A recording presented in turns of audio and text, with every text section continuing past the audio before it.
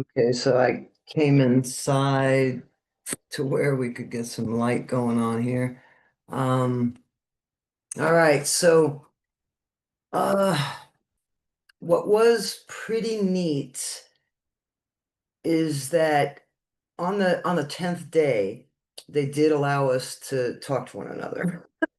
Uh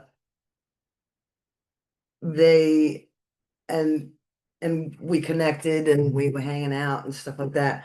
I mean, we did have our meditation sessions, but at least, for breakfast, well, not breakfast that day, it was after breakfast that we were uh, released to be able to talk. But during lunch and tea time, we talked, and in between, we couldn't talk in the vicinity of the meditation hall, however, or in the meditation room, of course. But interestingly enough, get this, I the first couple of nights I had a little bit of a difficulty because I do usually fall asleep listening to something, and I try to make it something spiritual or uplifting because I know that when you're approaching sleep state, that whatever you most recently listened to circulates. So I try to make it good, proactive, whatever. That's a judgment as well, and yet that's what I do. So the first couple of nights I did have a little bit of a difficulty falling asleep without that. So I was just whatever. I fell asleep and then I sleep soundly. When I go to sleep, I'm out. Um, but then there were nights that things were coming up through my mind as I was laying there and not letting me sleep. They weren't distinct thoughts per se. I think I was like in a almost sleep state.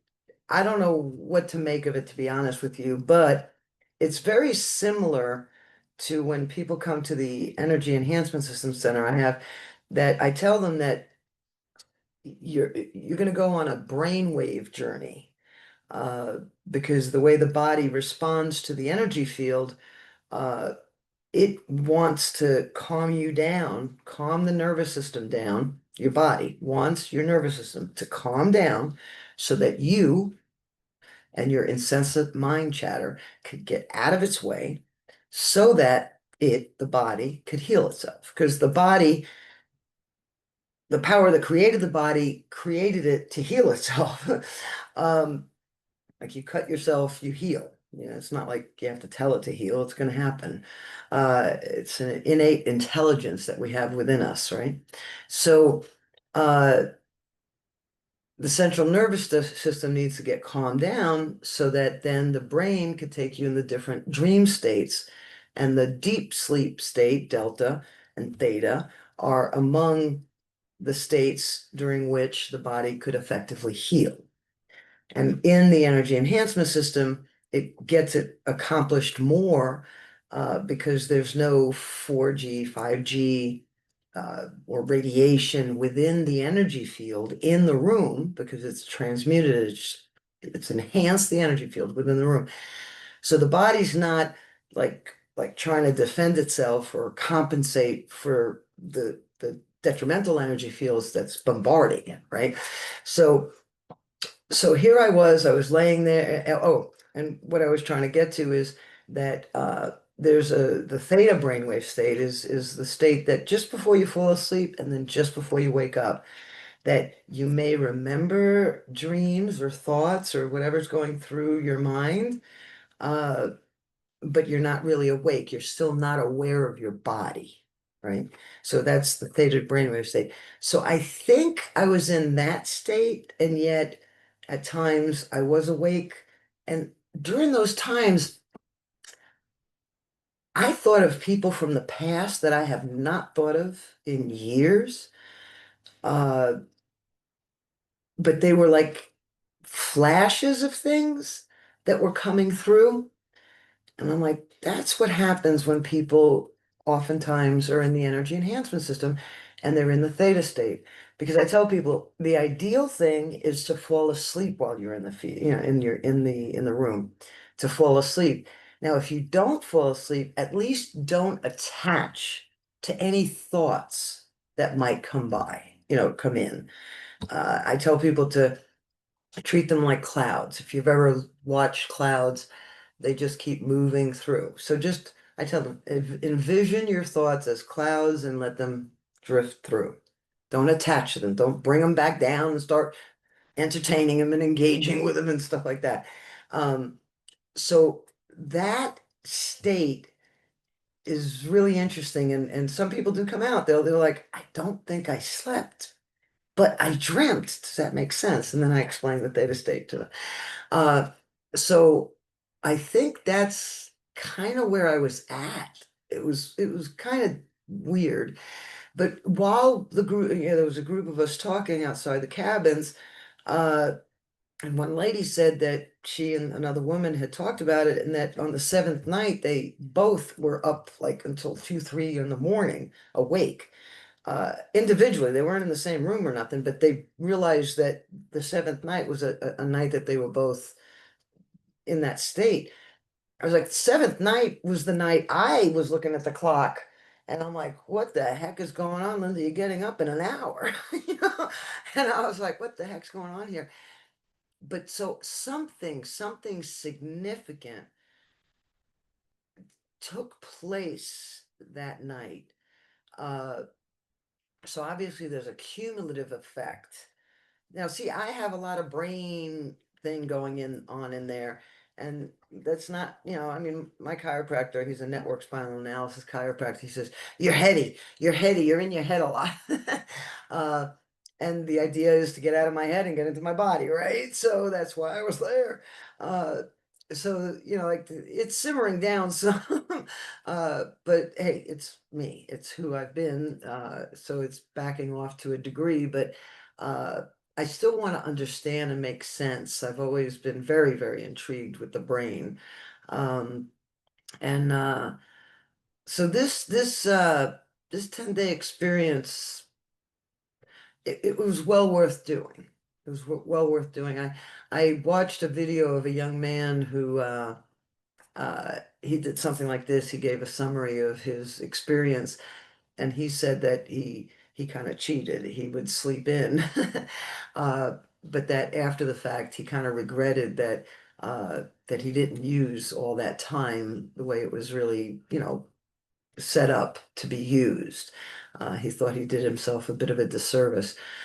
What's amazing, though, I mean, it's all amazing, I think, but uh, the way this is set up, this course, and apparently there are a lot of courses, like 250 or something around the world, and they're by donation.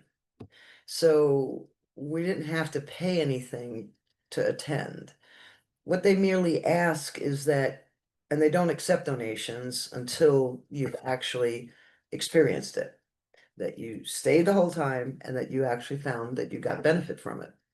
So the 10th and 11th day is when you could make a donation if you so choose. No recommendation, no nothing. It's totally up to you. Basically, they tell you, some other people donated in order for you to attend this. And in order for you to release yourself and liberate yourself from misery. If you would like to pass that on uh, and contribute towards other people being released from their misery, then please do so. Uh, so it's really in the up and up. It's run completely by volunteers. Each center is responsible for itself. Uh, uh, there's no organization per se that's benefiting. It's completely volunteer based. So they do uh, ask that we consider volunteering, and that even the act of volunteering and giving of yourself for the benefit and the good of others is rewarding in and of itself, which I already believe and advocate for. Um, and it's a matter of the beingness, and getting rid of setting aside ego to the degree that you're there to serve others, or we're here, not there just, but we're here on this planet in this incarnation to be of service to one another. And that's pretty much been my motto. So, uh, that's going off on a little tangent, but I think that's really sums it up. Oh, I had registered, just FYI, I had registered knowing there was a wait list. They do this quite often, but the course fills up pretty quickly. Uh, there was a wait list, and this particular class was the instructor is Vietnamese. So they had dedicated this 10-day course to the priority was people that were, Vietnamese. So they didn't fill the seats. So I was on the wait list. At some point, I was number 22, and then I made myself down to 19 apparently. And then, uh, they contact you like when you're approved by email, and then you have to confirm that you still could go. So I didn't know until like a couple of days before that I actually made it. So I hastily got things situated with my center, my volunteers, and I'm so blessed that my volunteers were able to be, pick up and this is the first time I was gone completely and unplugged with no way for them to get in touch with me. I mean, there is a phone number, an emergency phone number, but I did tell them that, that was like really for 911 kind of calls. Same thing with my rental properties. Um, so I had, I had given the number to one person. Everybody else knew to contact that one person if something arose. Um, so I'm very impressed with the organization itself and the particular one in Jessup, a group of people that wanted to open the center, got together in 1996. And it took about 7 years before they accumulated enough money and they actually chipped in and bought a whole bunch of acreage. I think it's like 46 acres there or something. Uh, and they donated. Some of that acreage for the center, and they retained a portion of it for themselves, and they set it up like a co-op type thing, and they have either tiny houses or mobile homes or whatever. I didn't have opportunity to go check it out. Um, uh, but then since then, they've built on it. They dug out a pond using the soil to lift the ground to build on and stuff. And it was raining one day. It was raining, really pouring out. And I was sitting in the dining annex. There was a dining annex, and I was looking. They had a lot of built walkways going from the little road. Uh, they're not asphalt roads; they're pebble roads, going from the road to the building, and the buildings were on like cinder blocks. And I was so impressed, and it was right across from the pond. I was so impressed with they figured it out just perfectly to where the water didn't reach, the building itself. Like height wise, there was a lot of water. I was sitting there looking at all the raindrops hitting the water and creating the ripples in the water. And I was like, that's what I mean when we talk about the ripples going, like of our actions or far beyond our wildest imagination. These ripples were just, well, and they were overlapping. It was so cool. Um, so it was really neat. And they set up all kinds of things under the road to discharge the water into the pond. They even they cable wired uh, that whatever was playing in the meditation hall, if they were playing like chanting or something like that, it would play in each room. Uh, that was all hardwired. I mean, they put a lot of thought into it. These people that uh, coordinated this particular center, and they've just recently built even more sleep space. The building I was in had 8 bedrooms. Um, so the male and female were separated, different buildings.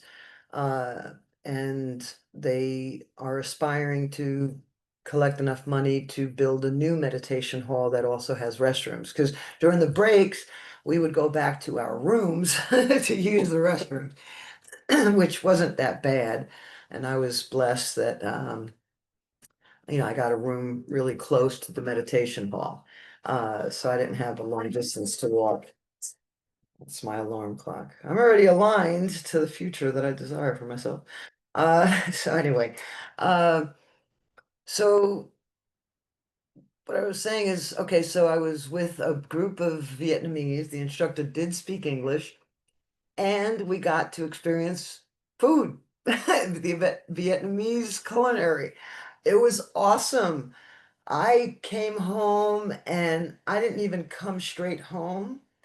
For those of you in Atlanta, I went straight detoured to Buford Highway to the international market to buy some of the ingredients because I was craving. No, I'm just kidding. Well, I was honestly. The food was awesome. Everybody, we had the volunteers come out of the kitchen and we applauded them, and every one of us wanted the recipes. And they didn't have the recipes. They only do the Vietnamese course once a year. So the women in there, they they were Vietnamese volunteers, and they just did their own thing, and no recipe book or whatever. And but I got some information from some of them. The morning, the breakfast, let me tell you, we had oatmeal, but they also had rice porridge, Vietnamese rice porridge. Well, those are the ingredients that I wanted to shop for. And then there was a dessert. It sounds like what? But it was so good. It was a mung bean coconut dessert. It was very creamy.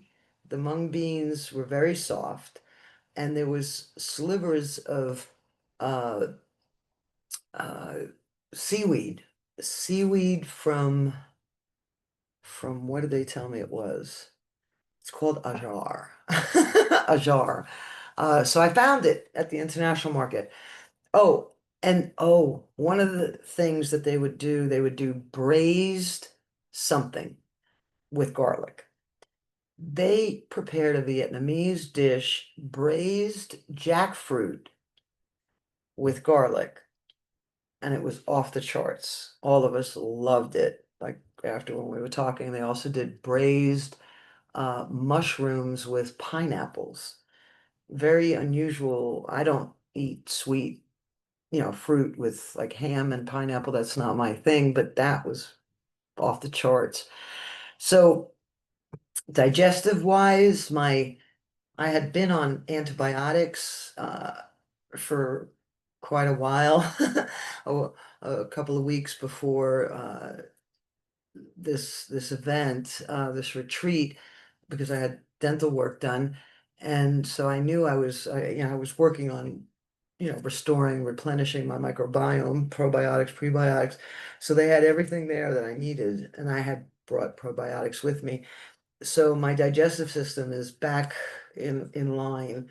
Um, and I picked up some good habits and routines that I've integrated, and that's part of the integration that I've been undergoing.